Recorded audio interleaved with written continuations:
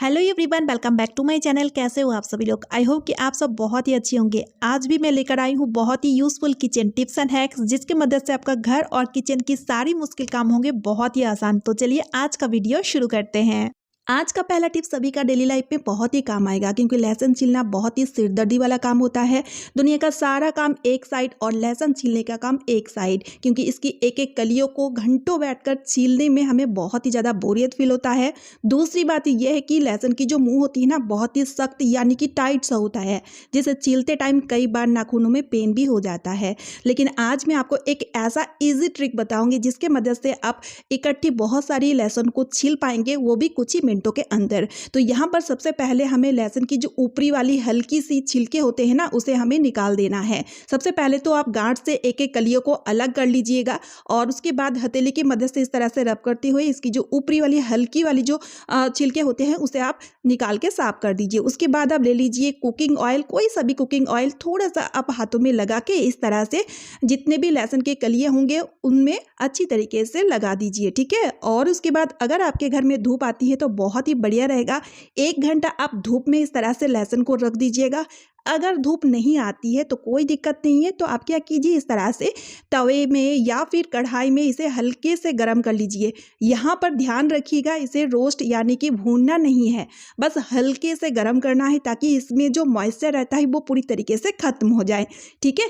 तो देखिए लहसुन कुरकुरा हो चुका है। अब मैं इसे इस तरह से प्लेट में निकाल ली हूँ और अब हमें चाहिए इस तरह का कपड़े का बैग, और उसके अंदर डाल के अब हमें कुछ भी नहीं करना है, बस दोनों हथेली की मदद से खूब अच्छे से रब करना है। इससे कि लहसुन की कलियां वापस में रगड़ खाएंगे और इसके छिलके बहुत ही अच्छी तरीके से साफ हो जाएंगे। जैसे कि हल्का सा इसे गर्म कर लिया है, इसमें मॉइस्चर बिल्कुल भी नहीं है, और ऊपर से इस तरह से रब करते साथ ही लहसुन के छिलके बिल्कुल अलग हो जाएंगे लहसुन से। जैसे कि यहाँ पर आप देख ही सकते हैं, लहसुन पूरी तरीके से छिल चुका है, और एक दो लहसुन जो ऐसा है ना जिसमें छिलका लगा हुआ है, तो वो पूरी तरीके से हल्का हो चुका है। बस हाथों की मदद से उसे छील देंगे तो बहुत ही बढ़िया तरीके से इस तरह से छिल जाएंगे। तो अगर आपके घर में पार्टी है या फिर इकट्ठी काफी सारी लहसुन को आपको छीलना है ना, तो ये ट्रिक आपका बहुत ही काम आएगा। तो चलिए अब देख लेते हैं अगला ट्रिक। तो फ्रेंड्स, कुकर का इस्तेमाल तो हम सभी लोग करते हैं, लेकिन खासतौर में इस तरीके का जो एल्यूमिनियम का कुकर होता है ना, जिसका इस्तेमाल जब हम करते हैं तो आपने देखे होंगे इसके अंदर साइड में काले काले से दाग धब्बे, काफी सारे निशान आ जाते हैं। और ऐसा क्यों होता है? क्योंकि जब हम आलू वगैरह बॉयल करते हैं या फिर कई बार हमारे घर में बहुत ही खारा पानी आता है, तो इस कारण भी ऐसा हो जाता है। लेकिन कुकर के इस काले काले से दाग धब्बे को साफ करना उतना ही डिफिकल्ट होता है। लेकिन आज मैं आपको बताऊंगी ऐसा ट्रिक जिसके मदद से कुछ ही सेकंडों के अंदर जितने भी दाग धब्बे या जो भी निशान रहेंगे वो बहुत ही अच्छी तरीके से साफ हो जाएंगे। इसके लिए यहाँ पर हमें लेना है फॉयल पेपर, और फॉयल पेपर को लेकर के इस तरह से मोड़ के लड्डू जैसे बना लेंगे, और फिर उसके बाद थोड़ी सी पानी हम कुकर में डाल देंगे ताकि कुकर अच्छे से गीला हो जाए। और उसके बाद जैसे कि हम बर्तनों को मांजते हैं, सेम इसी तरह से इस फॉयल पेपर की मदद से अच्छे से रब करते हुए हम मांज लेंगे। तो होता क्या है, इस तरह से देखिए फॉयल पेपर और एल्यूमिनियम दोनों का बहुत अच्छा सा रिएक्शन क्रिएट होता है, जिस कारण जितने भी काले काले से निशान या दाग धब्बे होते हैं ना, वो बहुत ही अच्छी तरीके से साफ हो जाते हैं।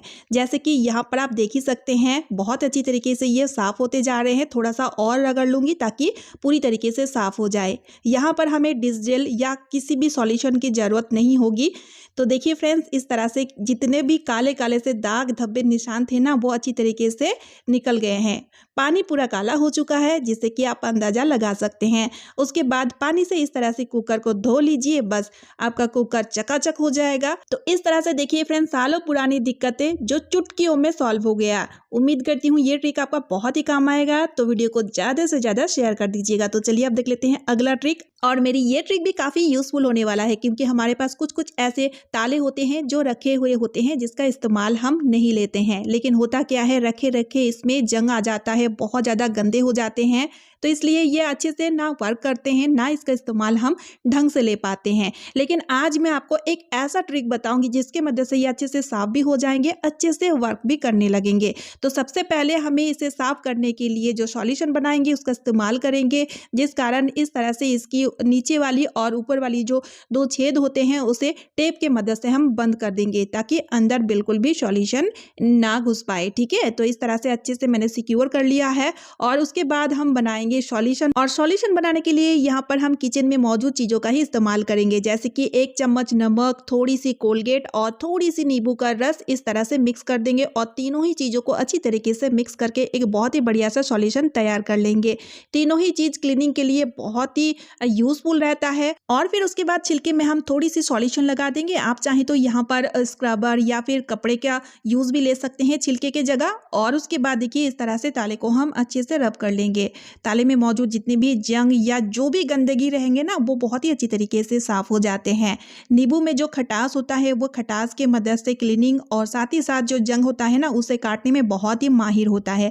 ठीक है, तो इस तरह से साफ होने के बाद एक गीले कपड़े की मदद से अच्छी तरीके से हम ताले को पोंछ के साफ कर लेंगे, जैसे कि यहाँ पर आप देख ही सकते हैं। तो देखिए ताला में जितने भी जंग था या फिर जो भी गंदगी था वो अच्छी तरीके से साफ हो चुका है। और उसके बाद टेप को इस तरह से आप हटा दीजिए। अब देखिए बाहर का जंग या फिर बाहर का गंदगी तो साफ हो चुका है, लेकिन देखिए अंदर में जो जंग है इस कारण ताला अच्छे से वर्क नहीं करता है। तो सबसे पहले तो हमें अंदर वाली जंग को भी साफ करना चाहिए।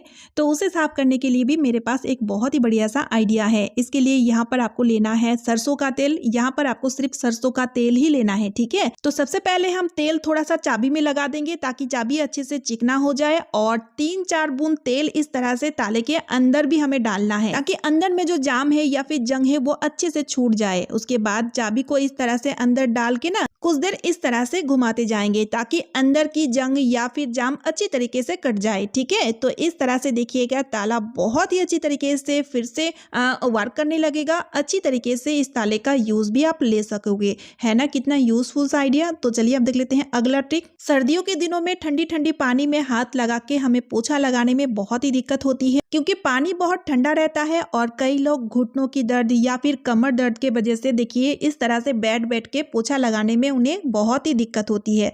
तो खड़े खड़े पोछा लगाने के लिए हमें मॉप की जरूरत होती है, लेकिन अगर मॉप नहीं है तो हम वाइपर की मदद से भी पोछा लगा सकते हैं। और सिर्फ पोछा ही नहीं, घर के कोने कोने का सफाई भी कर सकते हैं। तो चलिए देख लेते हैं किस तरह से हम करेंगे। इसके लिए पोछे वाले कपड़े को हम अच्छी तरीके से पहले गीला करके अच्छे से निचोड़ लेंगे, जैसे कि हम घर में पोछा लगाते हैं इसी तरह से। और उस गीले कपड़े को हम इस तरह से वाइपर में लगाएंगे। लेकिन यहाँ पर भी एक दिक्कत होती है, जब इस तरह से कपड़े को वाइपर में लगा के जब हम पोछा लगाते हैं ना, और वाइपर को जब हम बार बार इस तरह से खींचते हैं तो ये कपड़ा जो है ना इस तरह से वाइपर से निकल जाता है। और बार बार हमें नीचे झुक करके इस कपड़े को ठीक करना होता है, जो बहुत ज़्यादा इरिटेट लगता है। तो इसके लिए एक बहुत ही बढ़िया सा आइडिया मैं आपके साथ शेयर करूंगी, जिससे कि आप बेफिक्र होकर के बहुत ही बढ़िया तरीके से घर के पोछे से लेकर के घर के कोने कोने का सफाई कर सकोगे। तो इसके लिए यहाँ पर हमें चाहिए होगा क्लॉथ पिन, जिसकी मदद से हम वाइपर में कपड़ा को बहुत ही अच्छी तरीके से फिक्स करके अच्छी तरीके से सिक्योर कर देंगे, जिस कारण ये कपड़ा बिल्कुल भी खुलेगा नहीं। अब चाहे तो बेफिक्र होकर के खड़े खड़े पोछा लगाए। आपके घुटनों में दर्द है या कमर में दर्द है, तब भी आप बहुत ही बढ़िया तरीके से सर्दियों के मौसम में भी अच्छे से पोछा लगा पाओगे। और सिर्फ पोछा ही नहीं, घर की कोने कोने की सफाई आप इसके मदद से बहुत ही अच्छी तरीके से कर सकते हो, जैसे कि दीवान के अंदर वाली पार्ट जहां पर कभी भी हमारे हाथ नहीं पहुंचता है और वहां पर धूल मिट्टी गंदगी बहुत ही ज्यादा जम जाते हैं, तो उन जगहों की क्लीनिंग, या फिर फ्रिज और अलमारी की नीचे वाली जगह की साफ सफाई भी इस तरह से आप कर सकते हो। किचन की वॉल टाइल जो काफी ऊंचाई में होती है, जिसका क्लीनिंग करना बहुत ही डिफिकल्ट होता है, उन जगहों को भी आप इस तरह से साफ कर सकते हो। या फिर ऊंची ऊंची फर्नीचर, एसी, पंखा का साफ सफाई, या फिर हम जाला भी झाड़ सकते हैं इसके मदद से। यानी कि मल्टीपर्पज तरीके से इसका यूज हम इस तरह से ले सकते हैं ना। कितना यूजफुल सा आइडिया। तो चलिए अब देख लेते हैं अगला ट्रिक। तो इस तरह का प्लास्टिक डब्बे का यूज हम कुछ दिन लेते हैं, उसके बाद इसे हम फेंक देते हैं, लेकिन इसे फेंकने से अच्छा है इसका रीयूज हम क्यों ना बढ़िया तरीके से ले ले। तो होता क्या है, हमारे किचन में होते हैं कुछ ऐसे बर्तन जिनका यूज हम बहुत ही कम लेते हैं और वो रखे रखे ऐसे ही गंदे होते रहते हैं। तो क्यों ना हम उन बर्तनों को इस तरह से इस डिब्बी के अंदर डाल के रखें, जिससे कि ये बर्तन बिल्कुल भी घूमेंगे नहीं, क्योंकि जो छोटी छोटी सी चम्मच वगैरह होती है ना, छोटी छोटी चीजें ज्यादा गुम हो जाती हैं, तो इस तरह से घूमेंगे भी नहीं, धूल मिट्टी से भी बचेंगे। और अगर आपका किचन बहुत छोटा है तो इस तरह से छोटी सी छोटी किचन भी बहुत ही बढ़िया तरीके से ऑर्गेनाइज हो जाएगा, और इस तरह से कीड़े मकोड़ों से बचा के हम बर्तनों को सेफली रख पाएंगे, है ना। कितना यूजफुल सा आइडिया। तो चलिए अब देख लेते हैं अगला यूजफुल ट्रिक। तो कभी कभी जब हम खाना पकाते हैं, खासतौर में रोटियां सेकते हैं ना, तो धोखे से या फिर गलती से हम अपने हाथ जला लेते हैं और उस टाइम बहुत ही ज्यादा जलन होती है और साथ ही साथ छाले भी पड़ जाते हैं। तो उस टाइम फौरन आपको ये काम करना है, लेना है आपको गूथा हुआ आटा। यहाँ पर थोड़ा सा गूथा हुआ आटा लीजिए और इसे ना इस तरह से फैला लीजिए। उसके बाद यहाँ पर हम लेंगे कोलगेट व्हाइट पेस्ट लेंगे और इसे इस तरह से आटे में लगा के अच्छी तरीके से फैला देंगे। कोलगेट और आटे की मदद से बहुत अच्छे से ठंडक मिलती है, तो जिस कारण छाले बिल्कुल भी नहीं पड़ेंगे। और इस तरह से तुरंत के तुरंत जहां पर जला है उस जगह को आटा और कोलगेट की मदद से अच्छी तरीके से कवर कर दीजिए, तो जो भी जलन रहेगा उसे भी खींच लेगा और बहुत अच्छे से ठंडक भी मिलेगा, जिस कारण बहुत हद तक रिलीफ मिलेगा और इस तरह से छाले भी नहीं पड़ेंगे। और इस ट्रिक को सदियों से यूज किया जा रहा है, बहुत ही यूजफुल सा ट्रिक है। तो चलिए फ्रेंड्स, आज का वीडियो मैं यही पेंट कर रही हूँ। आई होप आप सभी को आज का वीडियो बहुत ही यूजफुल लगी है। अगर वीडियो थोड़ी सी भी यूजफुल लगे तो वीडियो को ज़्यादा से ज़्यादा शेयर कर दीजिएगा, साथ ही साथ एक लाइक और चैनल को सब्सक्राइब जरूर कर लीजिए। तो चलिए मिलती हूँ नेक्स्ट वीडियो में। Bye friends and thanks for watching.